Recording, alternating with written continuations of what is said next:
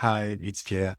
In this video, we're talking about two pivotal elements of the 70s and 80s gay scene, the clown look and the hanky coat. Both were much more than fashion statements. They helped gay men express themselves and find each other when society was happy for us to stay in the closet. These same ideas of visibility and connection are still alive today, just in different form. Okay, so why don't we start by setting the scene? Picture it, late 70s in America. Gay bars are packed with a specific look. Men in 501s, form-fitting t-shirts, work boots, and a moustache that would make Tom Selleck or Freddie Mercury proud. This became known as the clown look, a bold statement of gay masculine identity. The look wasn't just about fashion, though. It was a direct response to stereotypes. At a time when society often dismissed gay men as weak and/or effeminate, clones deliberately created a powerful visual identity through everyday workwear. This did a lot more than just make a statement.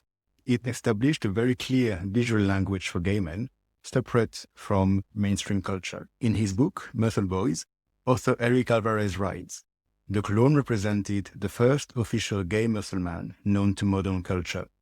He was the embodiment of the bikers, rough trade, and athletes whose images graced the pages of Physique Pictorial and other gay physique magazines."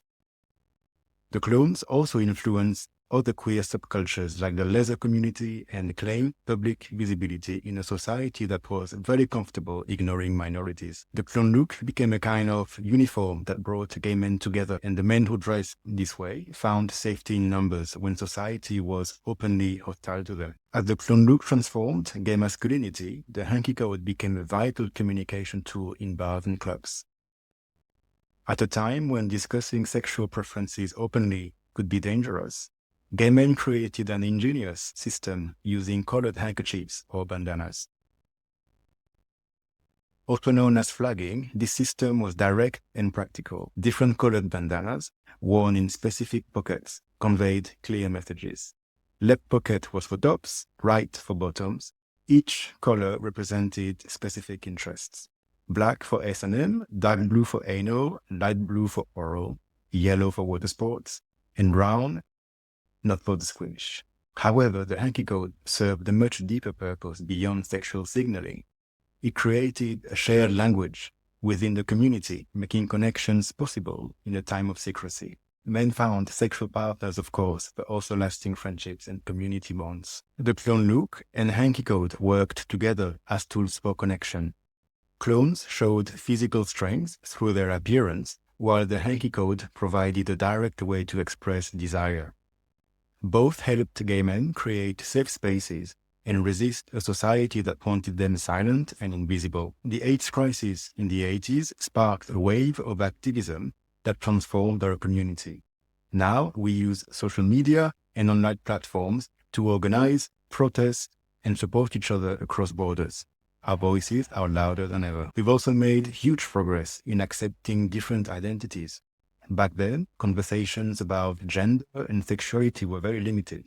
Today, people openly embrace who they are, making our community and the world at large richer and much more diverse.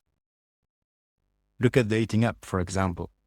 They're like the modern hanky coat. Instead of bandanas, we use emojis and specific phrases to show who we are and what we want. And I also think that all the different pride flags fit the same purpose as the hanky coat did. They help us find our people and say proudly, this is who I am and what I'm into. So the clones and flaggers were pioneers who made our community more visible and connected. They created ways for us to find each other despite society's barriers. We're still feeling the influence today through dating apps, pride events, and social spaces around the world. Their direct approach to self-expression and community building remains a model for us to this day. It looks like now it's our turn to stand tall, resist, and contribute to our culture's evolution. Thanks for watching.